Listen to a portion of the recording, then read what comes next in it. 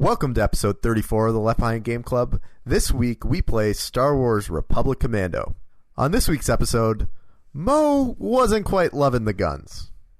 Yeah, the guns weren't doing it for me either in this game. And you know I'm the guns guy. I love playing shooters. You're the guns guy. I love playing first-person shooters, but I kind of want them to... I think this would have been a 10 times better game for me if I simply had hit markers or some way of knowing what I was doing with these guns, instead of it being very detached and kind of dull. Walking simulator with a visual effect of a gun.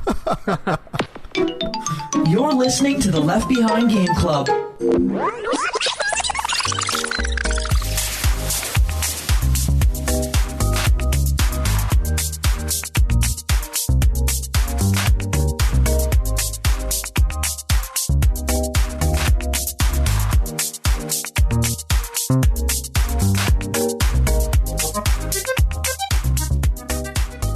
Welcome to the Left Behind Game Club, our never-ending attempt to make sure that no game is left behind. I am your host, Michael Ruffolo.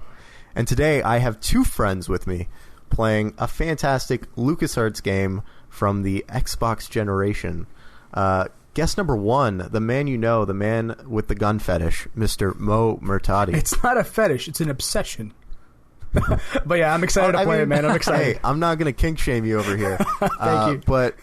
Our other friend, the man who was our very first guest on the pod and is now back for more, Mr. Shane Chiasson. I'm back again. Welcome back, Guess who's Shane. back, baby? Welcome back. We made it back. So Shane was on our first guest ep where we played Brothers: A Tale of Two Sons, a very story-focused game. And now we're playing something a little bit more action-packed, a little bit more character and gun-centric. And so we are playing today Star Wars Republic Commando, a game that released in February of 2005, and it's become a cult classic. In fact, it was just re-released on Xbox One's backwards compatibility, and I think if you look online, you'll see there are a lot of patches and fan updates that are made to the game, even today on PC. So there's a thriving community around this game. It's beloved. It's a cult classic. There's a lot to talk about. But first, boys, I gotta ask, Mo, what did you play this on? Just as a heads up for the rest of this podcast, and when you hear my opinions, it was played on a bootleg PC download because I don't have an Xbox. So I was like, let me just see if I can get it, and I think that dramatically hindered my experience. So when you hear this rage that I'm about to unleash, just know that it could be just because I played the bootleg, and if you played the original, it might be a little better. Let's just say that I played it on bootleg. Did you not play the Steam version? What? I didn't know there was a Steam version. There's a Steam version, Mo. I genuinely had no idea, but let's just say we'll get into like a lot of things, but I played it on bootleg and I regret it heavily, and I think I was being punished for playing it on bootleg. Do you follow Left Behind on Twitter? No, I'm actually just one of the hosts that doesn't I follow on Twitter, but I'm not on Twitter that often, so I have no idea. Yeah, that's where I saw the Steam sale. I bought it when it was like $3. Shane, nice plug, guys. Follow us on Twitter. You'll learn things that even the hosts don't know. If you like game deals, yeah, great join for our game Discord deals, where everyone's dropping game deals nonstop. We've got some great fans of the show that come in and community year-round members Steam who come sale. in and drop stuff. Yeah, it's fantastic. I'm always finding things in there. It's actually a little too tempting. Yeah, so I played it on Steam. Sorry, Mike. Mike, did you have something else? No, go for it, Mike. No, I was just going to pass it on to Shane. Shane, how'd you play it? Well, I played the Steam download, but I originally just played the regular download from Steam, and it made me nauseous for about 5 hours until I downloaded the patch that made it perform more like Xbox, and then it was totally fine. But I had to go through half the game without that patch first, so it was pretty rough. You shared with me a great Kotaku article that broke down this fan patch that enables widescreen, enables I think 4K. 4K resolution that make it look much better and make it far more playable on PC. Yeah. So just from my perspective, I played a little bit on PC, And then I did not like the mouse controls at all, so I moved over to Xbox One backwards compatibility. I bought it for, I think, $10, which I felt was a pretty fair price if that doesn't, give spoilers too much. Mo, did you have something you wanted to add? Yeah, I think that was one of the reasons why I might have had that bad experience is mostly with like mechanics and not getting feedback when like interacting with bad guys and like shooting, and particularly hit markers. I felt like it was like a game where you weren't experiencing the whole awesomeness of like a first-person shooter with like a controller. Like I play the typical like Fortnite online with the mouse and keyboard. I play a lot of games with mouse and keyboard. With this one, because it's so dated and so back, I wanted those like hit markers. And I'm thinking maybe on the consoles it might have been better. I don't know. Yeah, so it's funny you say that, because this game was very clearly developed initially for the Xbox, the original OG Fat Duke controller Xbox. And then when it came out on Windows, it was clearly a port from that version, so it didn't have mouse acceleration that typical games might. And so the mouse moves incredibly fast without much precision, and it's hard to keep control of. And that's because it was mapping what an L stick or R stick could do on a gamepad. Which, if you think about it, games at the time, Halo had come out not long ago, and had really perfected taken very far leaps in what a console shooter should be. So it's very clearly a port, and it doesn't show its best colors on PC.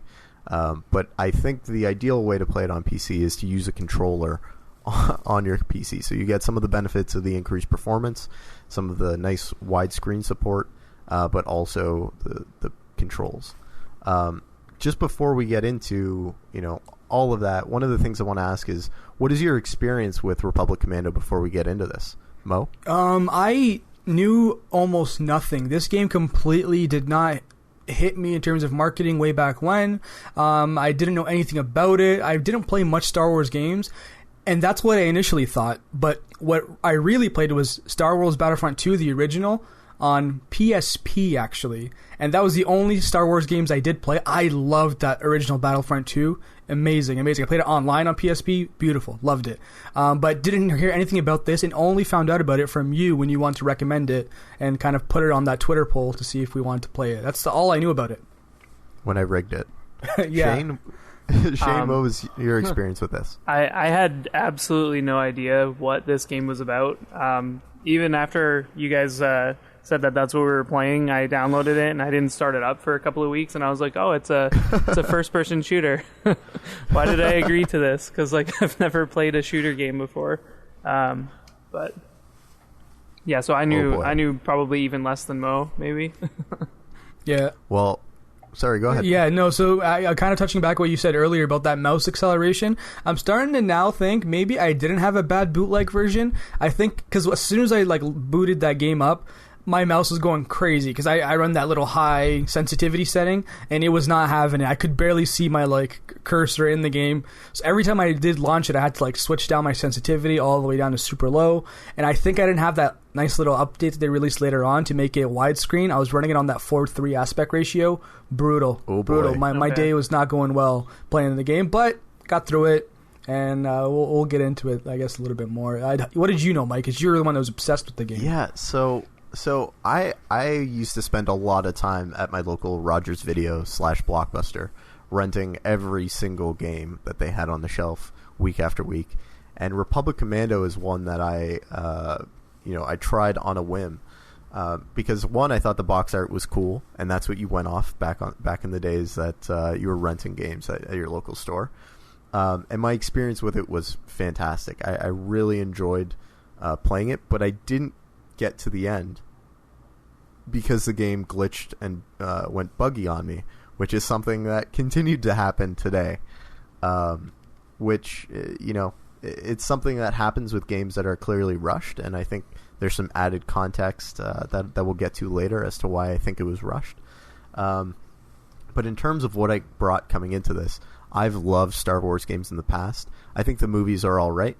But I love spending time going through the Wikipedia and all of the extended universe things in Star Wars. And the Republic Commandos are definitely something that has a deep place in my heart. Would you say that you're like a big Star Wars fan, and maybe that was one of the reasons why you want to play? Or are you like that average person that will go see a movie but not gonna like be obsessed with it kind of thing? I'll put it this way: I will usually make an effort to go see every Star Wars movie in theaters, but I'm not there. Opening night, I'm not there in the first couple weeks. What about you, Shane? Yeah, I'm the same way. I love watching Star Wars movies, but I kind of hate going on the first day. And yeah, I was pretty excited because there's a lot of terms in this game, and it's just fun reading about them and like the history. And I don't know, there was some stuff I didn't know about Wookiees that I now know, and yeah. The Wookiees are beasts in this game. So let's kind of set this game up. You start out as a fetus in a test tube, and you are one of the clones of Jango Fett. And unlike all of the other clone troopers that they're making, they don't implant in you the obedience gene, the obedience training. And so you are one of 4 special troopers, the Republic Commandos, the Delta Squad, that are tasked with going behind enemy lines in some of the most dangerous areas during the Clone War to help bring peace to the galaxy and, skirting all of the Star Wars political issues. And so I think the intro to this game is fantastic. You're in a test tube, and somehow you can look around, and the very first person that you end up having to go and hunt in the first mission. Do you remember the name, Mo? Oh, I have no idea what the name of the person was. Sun Fac, yeah. So Sun Fac is the person that's talking to you through and giving you the rundown, and they tell you just how amazing your Delta Squad is. And you grow up, and each of the different members of your squads, they kind of have their own Teenage Mutant Ninja Turtles aspect to it. They all have their different color scheme and different markings on their suit. The first thing that you find out is they each have their own specialty. So Sev is your all-around badass who will just kill everything. You've got Fixer, Torch, Scorch. I'm blanking. Scorch is one of them. Yeah, that's the explosives guy. You've got Scorch. That's it. That's definitely Scorch, who is the explosives guy. And who's the other? The funny thing is, Mike. The funny thing is, Mike, with this, you always remember people's names, characters' names, and I myself, I can't even to this like right now remember all of their names, because even on the display they gave like their code, like Delta Z whatever, and they never really refer to themselves as their character like alias, except in like talking with themselves. So I still can't remember them, and the only one I remember is Scorch because he's the explosives guy and the gun guy. I think Shane said it was Fixer, right? Yeah. What was the main guy's name? Like, what was your character's, like, the player's name? Delta? Delta? Yeah, I thought it was Delta. I just called him Steve because he had an Australian accent, and when they started... started talking about lizards, I was like, all right, Steve. So the funny thing is about that is the guy who plays the voice of him is the Jango Fett actor guy, who, as soon as I heard that voice, I'm like, this is cool. And the one thing I want to bring up in this thing in particular is I really like when games take the original voice actor of the movie and you kind of connect that, because as soon as I heard Jango's voice, I'm like, that's Jango Fett's voice from the prequels. And I think he also did the Boba Fett's voice in like the remake of the prequel and the sequels. That sounds right. Yeah, and it literally... He's New Zealand. Yeah, he's from New Zealand. Exactly, he's a Kiwi. He sounds like he has that Australian accent, but he's from New Zealand. No, and he's great. You can't mix up those accents. They'll get very upset. And one thing to even like point out with that, not to talk about a different game, but the Batman Arkham Asylum, Batman Arkham City, like the reason why I really love those games is because they use the voices of the Joker and the voices of Batman. So Mark Hamill and Kevin Conroy, the cartoon voices of those characters, and it makes those games so much better for me because I kind of connect them to that old thing. It's the Kiwi that plays it, the original Jango Fett. So a fun little fact about your character: you play as Delta 1138. And so your code name is just Delta 38. But one of the fun little Easter eggs is that the reason they named him 1138 is that is the name of George Lucas's first movie, which is THX 1138. So it's a fun little Easter egg that they kind of squeeze in there for the real Lucasfilm or LucasArts nerds out there. But going on with what the start of this game was, so you meet up with all of your, I guess, brothers, all of the different members of the Delta Squad, and you start off trying to meet up with all of them, and they introduce them to you really, I think, pretty slowly, where you get one at a time. And I think it does a pretty good job teaching you of, how to manage your squad and all the different things that you can do with them. And they have really good intros. So do you remember the different intros for the characters, Shane? Honestly, not particularly. At the beginning of the game, I was like so disoriented with like all the action going on. I was just like shooting. I didn't even realize when I was running out of bullets the first time, and I didn't have any bullets left, and I just kept dying. I think if I set a record for this game at all, was that I probably died more than anybody else who's ever played this game. Oh, yeah, that comes into what I thought. Okay, so originally I talked about, I think I had a bad bootleg version. Maybe it was just a bad game. Sorry, Mike. But I just like Shane, completely disoriented. I didn't know what was going on with the story until almost halfway through. And even then, I was kind of just objective by objective. Okay, move, kill, move, kill, move, kill. And I even thought like the guys were introduced relatively quickly. Because you get like all the guys within the first, let's say, 30 minutes of the game, and bam. Absolutely, yeah. Yeah, you know everyone by then. And the storyline was a little kind of jarring. Not jarring, it just... I think one of the things with it, we got to understand that this game did come out in 2005. It was way back then. You have to take it into context. And I think that's where, Mike, you played it, the original version, so you have like a nostalgia, like adrenaline or whatever it makes you feel good playing this game. Rose-tinted glasses. Yeah. But with me coming into it, I'm just like, I'm so used to like my first-person shooters, the hit markers, the storyline that follows through, even the voices coming from different directions, whereas this is from the same place. It kind of also made it seem like the same person was talking with a slightly different accent all the time, even though it could be like a 4-person conversation. It made it a little bit hard to follow for myself, and the age really did not do it well playing it in 2018. Yeah, so one of the things that you mentioned there is the you had trouble figuring out the conversations. For me, that was very clear. I thought the voice actors were very distinct. Sev has his very deep, grumbly, yeah, he's cool. voice. He's cool, and he always makes sarcastic, very like sharp comments about how he's the most badass of them all. Yeah. And if any character I thought Mo would relate to, it would be Sev. Yeah. The thing is, like, when I meant like it was hard to follow, it was mostly with like it's the narrator, or there's one like guy that would talk to your group. I can't remember. It's not going to the advisor. Yeah. Oh yeah. Him. And then yourself, Delta, I recognized the actor's voice, but at the same time, it was just always coming at the same tone from everyone. That's why it was kind of... I'm used to a better, I guess, audio system. Yeah, Shane? There was no, like, surround sound or anything like that, so it was just, like, stereo sound the entire time, like, equal volume. There was not even, like, panning volume from like, left to right. It was just like everything was all around you at all times and stuff. So I did find that kind of confusing at the beginning too, because like I wasn't sure where I should be moving on the map. And when I loaded that thing onto the patch, it took away like a couple of like HUD things that I had gotten used to, and it just kind of it changed around the UI a little bit. But. Yeah, and another thing with it is, once you get everyone, I also, because I didn't know what was going on, I kind of knew what the slight objective was, because there'd be usually like a text block that kind of says like, download the codes or destroy this. But a lot of the times, tactical view. Yeah, a lot of the times I was just looking to where my guys were going and just following them, because they kind of gave you a little trail to go, hey, you have to go here or go to this door. It was kind of tricky to follow.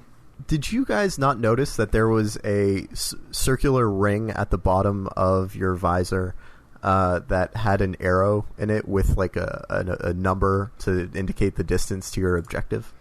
No, not at all. Yeah, mine didn't have that.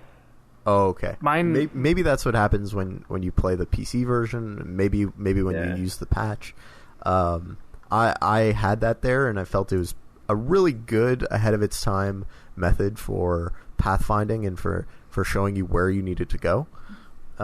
But I do definitely agree that the advisor's commands, I got lost in most of the time. I had to load them back up and hear them again. I also put subtitles on so I could read them, but it was just not that engaging. And when I say, the story is one of the important things of the game, I don't necessarily mean the narrative. What I mean is the little moments that you have between characters and the ways that they engage with each other. They have all of these funny little quips back and forth. You can tell they all have personalities and distinct styles. You know that Scorch has a different personality than Sev, who has a different personality than Delta and Fixer, and they all represent different things. I think one of the fun little takeaways for me was I think it was Scorch has the same voice actor as Kaidan Alenko from Mass Effect. So any fans out there, the second you hear it, you'll know, oh boy, this is Kaidan, which I'm also pretty sure is the same voice actor who voiced a character or two in Star Wars: The Old Republic. So there was clearly a lot of use of the same voice actors in those LucasArts games. But there are a ton of great moments. Do you guys remember the moment? I think it was leading into the second mission where they're jumping out of the spaceship and somersaulting into the ship that you have to board. Mm. Do you guys remember that? Well, yeah, I remember that. Okay, yeah. So they're doing backflips as they're launching through space. They're making killer comments about. I think Sev says to Scorch after Scorch says, "Oh yeah, like he thinks I'm like one of the greatest." And Sev just looks at him and says, like, yeah, that makes two of you. And then just jumps out of the ship. It's like they have these really good one-liners and these really good quips. And I think they develop a great sense of personality. So like I said, I died a lot in this game. And I remember lots of comments about them saying, like, not nice things about me. Like, I was, like, the worst commander and, like, I was not doing a good job. And, who made you the commander kind of thing. So I remember a lot of those, but like those were personal. So what difficulty did you play it on? So easy. I don't know if I selected a difficulty, but regardless, I should have selected a difficulty below because I felt like I was feeding these guys lasers or bullets or whatever you want to call them, and it was taking me a while to like drop down some of these guys. So yeah. I want to say normal or hard or whatever it was set in, and I should have played on super easy if that was available. I wish that I had played it on easy. So one of the things that really, really dates this game is that you have a limited amount of health that doesn't regen, and that you have a limited amount of ammo that you have to go and find ammo packs throughout. Yeah. And there are, I think they're called bacta tanks to heal up. Everywhere you go, you run through one hallway, there's another bacta tank. There's often 2 or 3, so you can heal up your squad mates. But it's just the endless slog of having to go and shoot these characters with initially guns that don't do much damage at all and are very frustrating. I think it really, really dates the game. Mo, do you feel that same way? Oh, I'm almost, you hit it right on the money. It was annoying to get like health back again. The game that came out right around this time as well that I think was the reason why this game didn't get a sequel was Halo 2. And I think the big premise with Halo is you regen. You just have to kind of chill out for a bit, take a time out, and you start getting that health back. Whereas with this one, you have to find those packs and sit there, click the activate button, and load your health back up. Not a fan, and I think that's one of the reasons why maybe not that many people played it. So I remember like the first time I really had to think about this was, do you guys remember the first enemy that you had to fight with like the flamethrower thing, right at the beginning? It's the giant bug. Yeah, the giant bug. Yeah. So when you get to the bottom of that elevator, I had 13 bullets left and like no health. And so basically what I had to do was like direct the commandos to like go and set off the explosive that was like right there, and then right behind it there was a bacta tank and some ammo, and every time I died I had to do this over and over and over again because my save point was right there.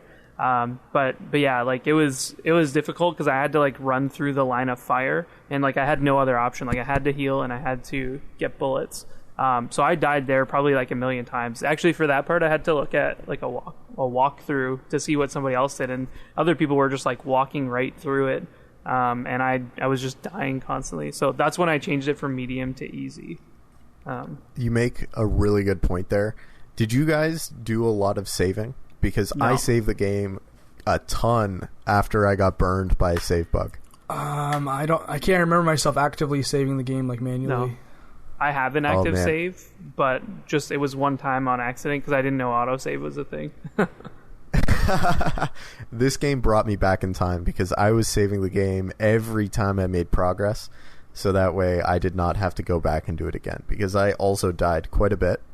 But once I think I learned the key points in this game, which is anytime there's a key place to mark your squad, you put them there. Yeah. If there's a rock that you can Agreed. put them behind, you put them there. If there's a turret that you can put them in, you put them there. Because they are skilled warriors in a very specific position. Very little can take them out. But if you have them just following you or not directly commanding them to do specific things, they're just fodder for gunfire. Yeah, and that's one of, like, I guess, I don't know if we even touched on it really that much, but that's the premise of the game. You have these guys that you're commanding, and you need to use them. There's a lot of times where I'd move into a place, and because I was so disoriented, didn't know like where I was going or what I was shooting at, they'd clear out the room before I even kind of get settled and start taking people down. This is early on, and I found that if you use them and you let them kind of take over the game, you kind of had an easier time instead of like early on when I was unloading bullets and not killing anything.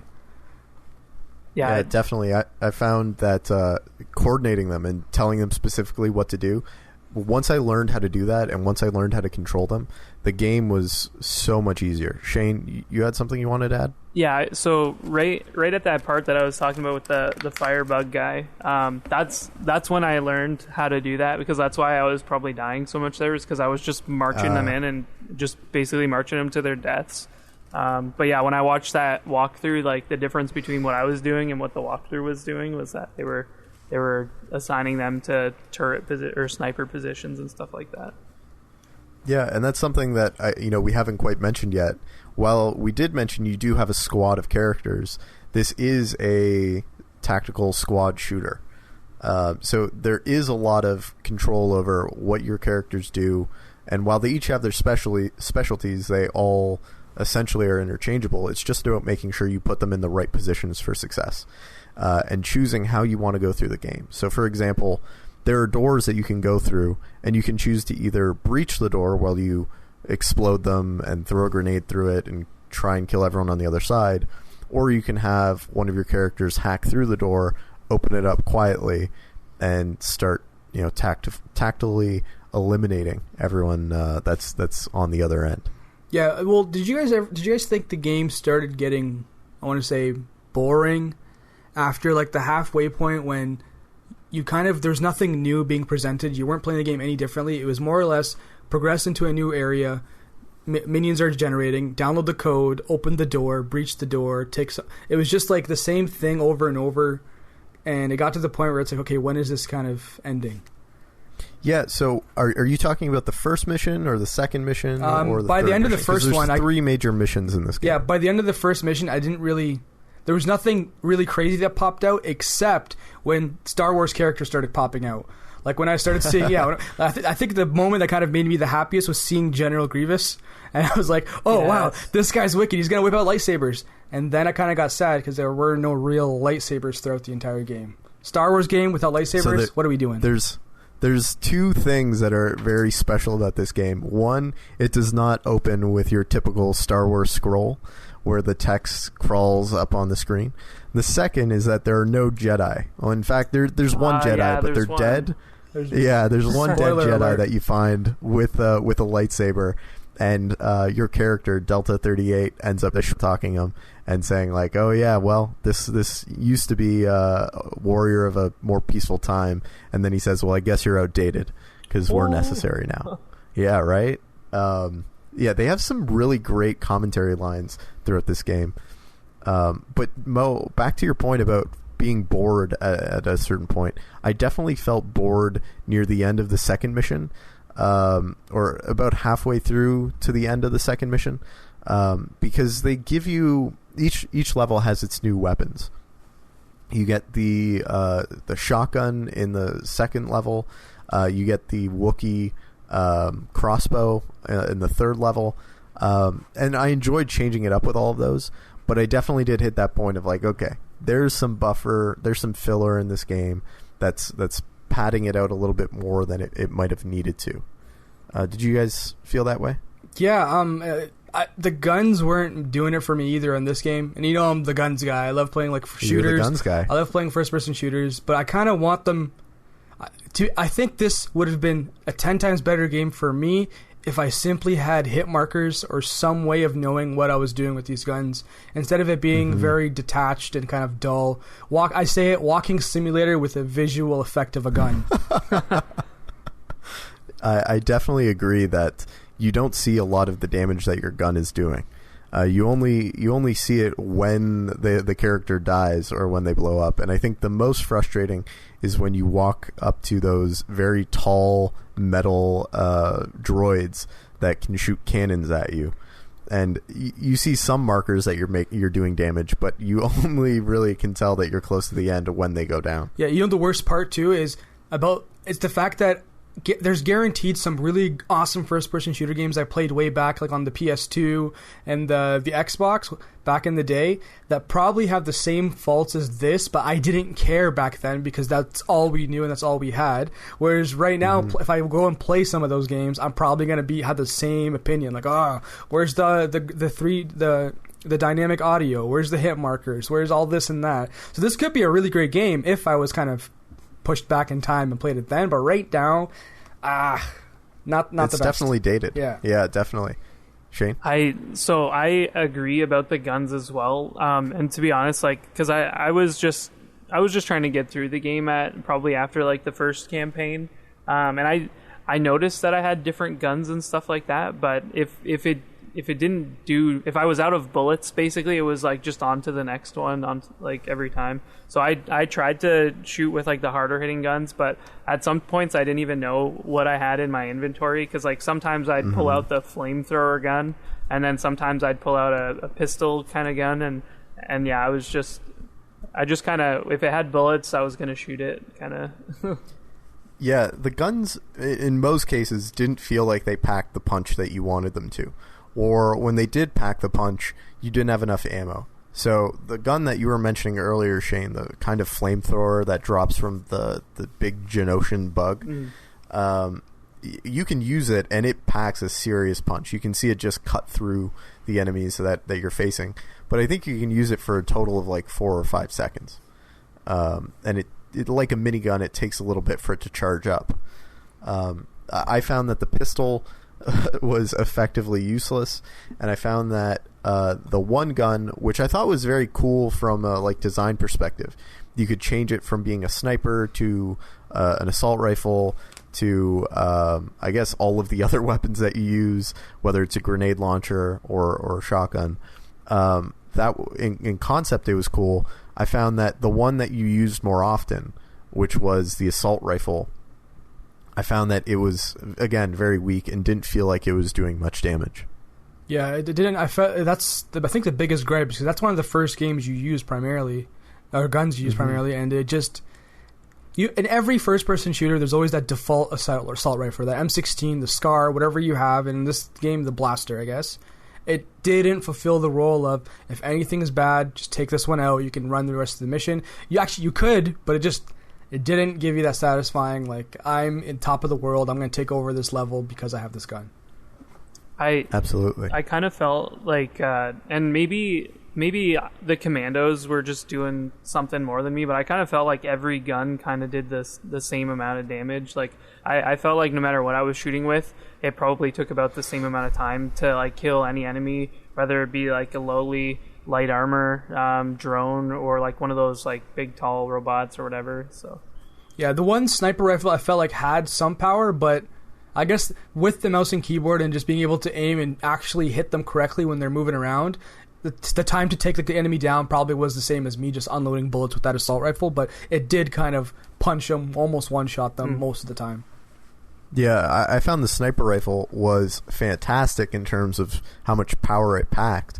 I just found that, at least from a control perspective, it was very sensitive to making sure that you were hitting the exact model, whereas I felt other guns like the SMG or the assault rifle type gun, it was hard to get that precise hit even if you were looking down the sights.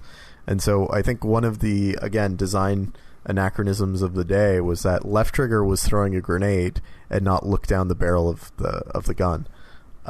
So again, that for me was weird, and it made me think that looking down the barrel of the gun or the scope to line up your shot was less important.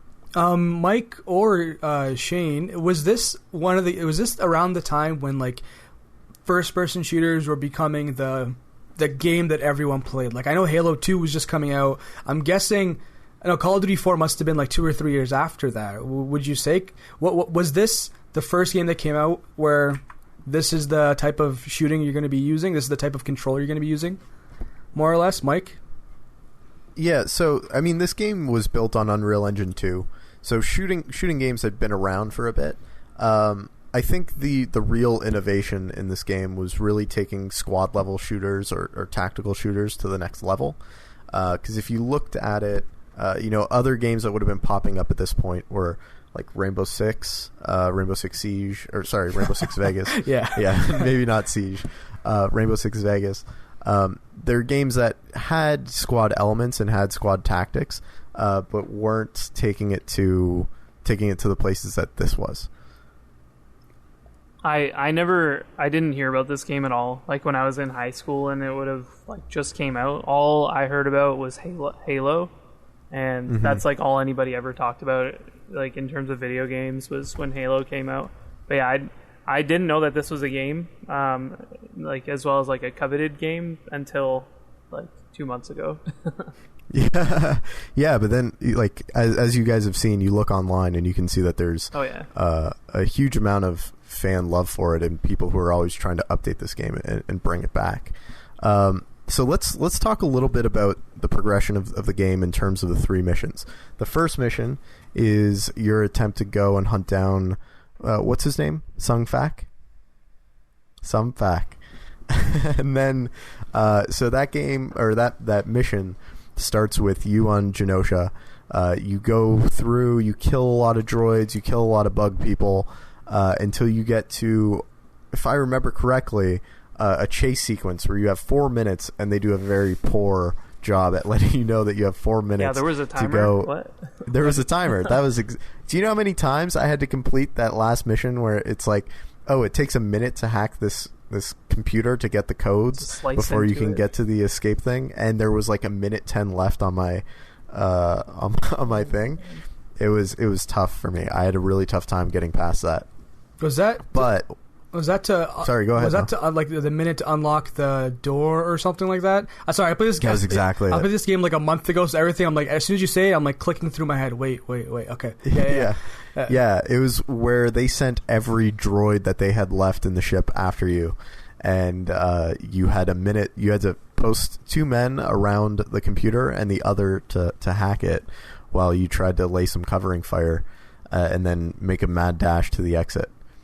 Yeah, those bugs were annoying. They moved a little too much for my liking, and I'm just not a huge fan of bugs, and these were gigantic. No thank you. I thought there were some great cinematic moments in that first mission, like when you call in the air support to take down the shielded door, when the ship breaks through at the very end to help come and save you, when the tank comes out for the first time and you're like, oh boy, like what am I going to do to get past this? They give you a lot of cool little moments that make you feel like the deck is stacked against you, and then show you the way to get through it. Did you guys feel that same way? Yeah, I agree. Like I liked those like breakdown moments, because I was like, oh, okay, this is what I was doing. Like this is what the purpose of this was for. And it definitely helped tie it together at the end for me. Like the end of the first mission. Well, that's how I felt. But and so, I think, do you guys have anything else you want to mention about that first mission? No, not really. Just did that one also have that long sniper shot that was not dramatic at all? But when you send one of the guys out, you're like, you have to take him down. He's escaping by ship. And yep, that's the very beginning of that mission. Yeah, he takes like 4 sniper shots and takes down a spaceship. Yeah. Yeah. Hey, we talked about how powerful that sniper was. Oh yeah, you're right. That thing is pretty powerful. He took a headshot. Did we end up did Sun Fac die? Like, is that? I honestly don't remember. Yeah. I feel like we killed some Fac, but I honestly couldn't remember. Which is for me, like, the story is not the important thing here. It's the characters that it develops and the relationships. I got that to are formed. the middle of the second campaign, still thinking like, all right, where's Sun Fac? Okay, well, what is the second campaign? What was it? Do you guys remember? It wasn't the Wookiee So one. the second campaign is the ship. assault ship. Yeah, the ship. Yeah, where early on your squad mates, or is it all of them or just one of them? I think it's Scorch, gets kidnapped, and you have to make an attempt to break him free and get him free, and bring him back. Was this the one where you finally saw like the Rolly guys? Yeah. Okay, that's so. Just like not knowing that much about Star Wars, but knowing a little bit, like seeing the movies, like you guys, I was just every time I saw something that I could connect with like the movies or something I really knew about, that's the only thing that kind of kept me going. As soon as I saw those Rolly guys, I'm like, those are those annoying guys with the shields that Obi-Wan had to kind of fight. And I was like, so that's the only thing I really remember about that, like the second campaign. I remember when the Clone Wars came out, like in theaters. Those Rolly things were on like every Pizza Hut, Taco Bell, and KFC commercial, and like it was just their shields popping up. So as soon as those guys popped out, I didn't even bother shooting them because I knew it wouldn't do anything. I was like, same here.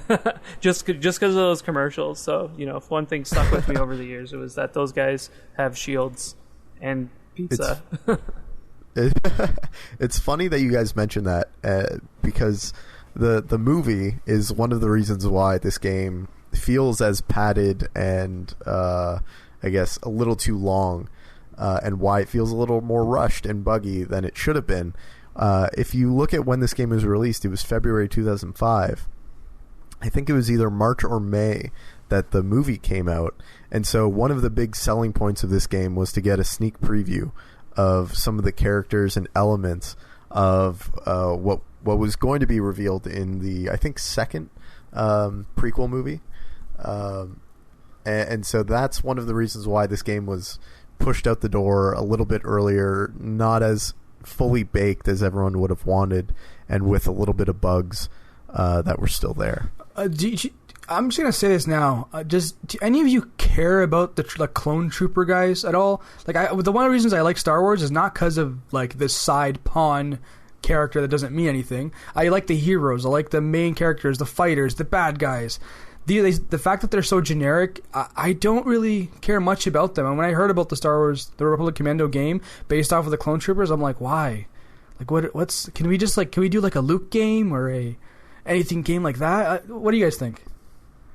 So I usually agree with you, Mo, but right here is where I differ, only because I love the extended universe of Star Wars, okay, and they do such a fantastic job setting up the different types of clones and why they're interesting. So I think one of the coolest is the ARC Troopers, which are a type of clone of Jango Fett who he personally trained that didn't have a lot of the limitations that the clone troopers have that make them obedient. And they're, you get some of the coolest stories in the extended universe of these clones that you would normally say, like, who are these guys? Why are they interesting? But they set up some really cool ways for them to be standout characters. And I think in this game, that's a lot of what they do here. They set up Delta, they set up Sev, they set up Scorch, they set up Fixer to all have their own different personalities and bring some different elements to it. And I think they show just how cool these troopers can be. They go in and single-handedly, or in this case 4 hands or 8 hands, they go in and they do a compelling job of taking down these really tough missions when the Jedis are busy with other things. Yeah, at the same time, though, I feel like all it takes is for, like, Luke or Obi-Wan or someone to come in, use the Force, throw them across the wall. Okay, game over. Like, move on. Like, if they were in the movie series, they would just be sliced 3 times with a lightsaber, and the story would still progress. That's the thing in the bottom of my head that says, why do I have to care about these guys? But yeah, they're funny. The story, the way they talk is nice, but that still stays in my head as if, like, all you need is a Jedi or a Sith, and these guys are sliced and diced and going on pizza. Yeah, I agree as well that, like, I'm with Mike. Like, I agree that this is, like, I really like the back story to these games and the extended universe and stuff like that. And I was actually pretty interested in playing the Commandos, and I also noticed, did you guys notice when, like, in the the loading screens, when Jango said that the Commandos were like his sons, and that they were, like, aggressive and antisocial and stuff like that. Like, I just thought, like, details like that were pretty cool. Yeah, I've learned a ton in those little loading screens in between, which again brought me back to an earlier day of game design where when people died, that's where you gave them the hints on how to get better and how to flesh out the story and things like that. Could you imagine if you played the game and didn't die, not knowing there's so many ways to, like, win the game a little bit easier? And yeah, I couldn't imagine playing that game and not dying.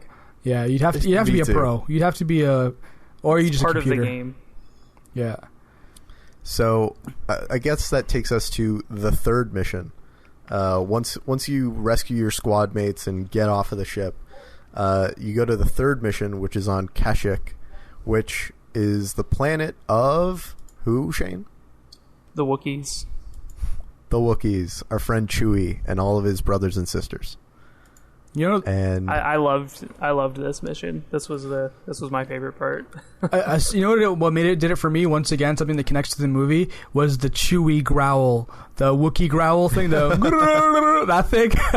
As soon as I heard that, I'm like, okay, well, this might be pretty cool now. Let's get it started. Do you guys remember, like, the Wookiee screams of anguish at the beginning? Like, I was playing with speakers on at, like, when I started that mission. Like, I wasn't using headphones, and yeah, it was pretty terrible. I just felt, like, really sad, like, crying Wookiees everywhere. Dude, I totally have to agree. I think the sound design in this game and the soundtrack were amazing. I don't know if you guys noticed the big choir and orchestra that was swelling up behind and chanting things as you made your way through the game. But there were good chunks where I felt like that they had pulled the choir right out of Skyrim, and it was in a Star Wars game. And, you know, I think it's kind of cliche to say, like, oh, the music or the soundtrack in the Star Wars game was fantastic. But to me, it really, really actually did stand out. Yeah. Did you guys feel that same way? Yeah, I think one of the things while playing it, like, a mental note I had was the sound was very Star Wars and had, like, the epicness of the movies in certain situations. So I think they just recycled a lot of the sounds and tones and things from the movies, and that's what you kind of connected and said, oh, okay, yeah, it sounds really good.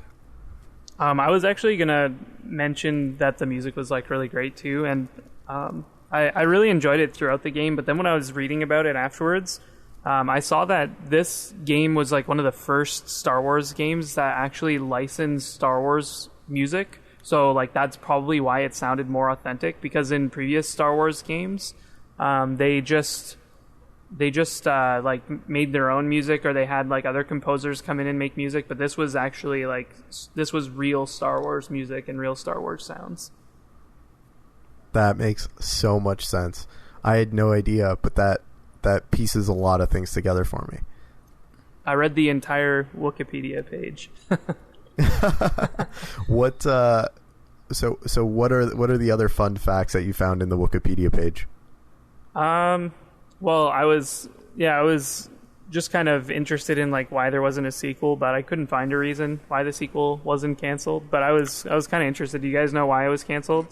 Mike, I don't know about you, but I found something, and it's almost like a theory more than actual facts. But around the time when it came out, I think there was a new CEO or a new company leader that took over the company, and there was mass, like, layoffs and, like, hey, get out of here. While there would have been like development for a sequel. Another thing, it also didn't sell as well as they were expecting it to sell. And the last thing was Halo 2 came out around the exact same time, and everyone was focused on Halo 2, and there wasn't much people purchasing copies and continuously playing this game. So the decision was, smaller team, didn't do as well, why put the money in? But I wouldn't be surprised if an E3 down the line or something like that, there may be an announcement, because this game, if it was refreshed, a first-person shooter with the squad commands improved, way more mechanics, it could be a pretty good title that they could release. Did you hear anything else, Mike? I think you absolutely nailed it. Those are some of the biggest factors. I think one of the things to point out is that they did have a sequel in development that was canceled, or at least in pre-production, and it was Star Wars Imperial Commando. Yeah, didn't they have it, like the whole game like storyboarded and everything? Like, yeah. So the pre-production was done and ready to go, and exactly what Mo said. As soon as the head of LucasArts came on board, there were a lot of layoffs, and the team that had driven Republic Commando to the finish line were no longer there and able to get the sequel through. I think that's one of the biggest things. But because this game had such a cult following, one of the interesting things is Star Wars: The Force Unleashed had an Easter egg where you could find Delta 38's helmet in one of the missions, which I think at the time made people think that, okay, there's still a lot of love for this game in LucasArts, and they might actually still be working on a sequel. And one of the things that I might point to today that says that a sequel might still be something that they're considering is the fact that this game was made backwards compatible on the Xbox One. Didn't that just happen a couple of years ago? It just happened. Oh, and yeah, this year. Yeah, and so while Disney is taking a different, more limited view of the extended universe, I know that the cartoon, the Clone Trooper cartoon, was one of the most successful. So that's something I think we might be able to see a sequel. Mo? I think when them doing that, they're probably just like testing the water, seeing if there's any kind of like ripples that kind of come out of it. And right now we're recording a podcast about the game. If they do announce the sequel to Republic Commando, I'm taking sole responsibility from Left Behind Game Club that we caused it. We caused the sequel to come out. You heard it here first. So, and this game ends in a cliffhanger, right, Shane? Yeah, like I would call it a cliffhanger, slightly, but like I didn't really feel too connected to the characters at the end of the game, so I wasn't super shocked. Like, I feel like they should have drawn that out like a little bit longer. So yeah, when Sev died, or when they just kind of gave up on him, like there was so little resistance to leaving him there, and they were like, just, no, you're coming back now. And they're like, no, we're not coming back without him. And then he's like, yes, you are. And he's like, oh, okay. And then everybody's on the plane. And I'm just like, yeah. In terms of like when it came out, that was probably the stereotypical way to kind of say, hey, we're going to release a second game. Like, the story doesn't end here. Or if we do like potentially bring a game, there's a way to kind of connect it to the first one. That's pretty much the only reason it is a cliffhanger. Is the guy's lost, now we got to bring him back. The typical savior friend storyline. And then also, I feel like, once we got to the end of the game, we had played the entire game for just the little Yoda cliffhanger at the end there. I was like, yes, the most recognizable character in this game. Absolutely, yeah. So I think we've just about hit all of the points that we want to talk about. I definitely don't feel like this game aged well, but I definitely do think that for its time and place, it was a fantastic experience, and it did a lot of things very well for the time, and I still think very well for today. One of the things that I didn't mention that I'm going to add right now is just how visceral and dirty and bloody this game is. Your visor is constantly being wiped off as you get in the fray and have stuff off of it. And I think it was a real departure for most Star Wars games, and I think it's something that definitely left a mark on me and quite a few others out there. Yeah, that visor thing that happened, I wouldn't be surprised if like one of the developers or a group of the developers that developed Metro 2033, that made the update. They're like, oh, I really like that Star Wars game where it had the visor wipe. Let's add that into like the updated version because it seems so similar. Like the whole wipe off the blood whenever you just destroy something too close to you. Yeah, I thought that was pretty cool, but it was pretty dated, I felt, with this game.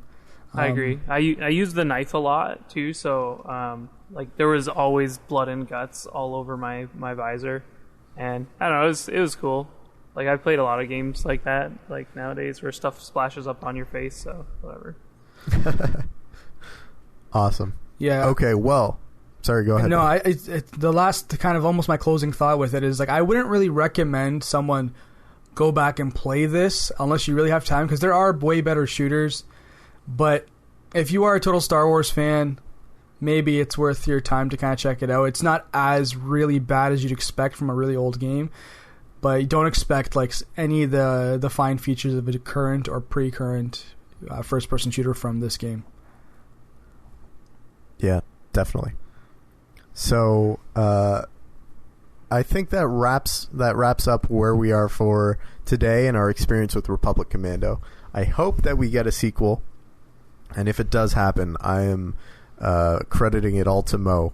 Oh, no, to Right us. When I said I'm taking sole responsibility, I mean like the podcast. Well, we created the sequel. It was our hype that we built up. Fantastic. All right, so when they inevitably announce Republic Commando 2, where, Mo, should the people reach out to you and and thank? Oh, well, primarily you can check us out on leftbehindgame.club. But if you want to reach out to me personally, because you heard it here first, you can find me at Murtadi all across the board. Shane, where can the people find you at? I'm Chiasson all across the board, and yeah. How do they spell that? Chiassoo. Add the boy up, people. Yeah, and then you can find us at leftbehindgame.club. You can go there, join our Discord server. We've got a lot of people dropping hot deals, talking about a lot of fun things. I think our E3 chats that we had in there were a ton of fun. I can't wait to have more conversations like that with the people in our Discord. But you can find me specifically at RuffoloM on Twitter and on most places online. Instagram? Yeah. You can find us on Instagram. Mo, where can the people find us on Instagram? You can find us at Left Behind Game Club on Instagram. You can also find us on Twitter. We're on there. Do us a quick search. Give us a good thumbs up on iTunes if you do love this podcast and you listen through there. You can find us pretty much everywhere. Great. And that, my friends, is one less game left behind.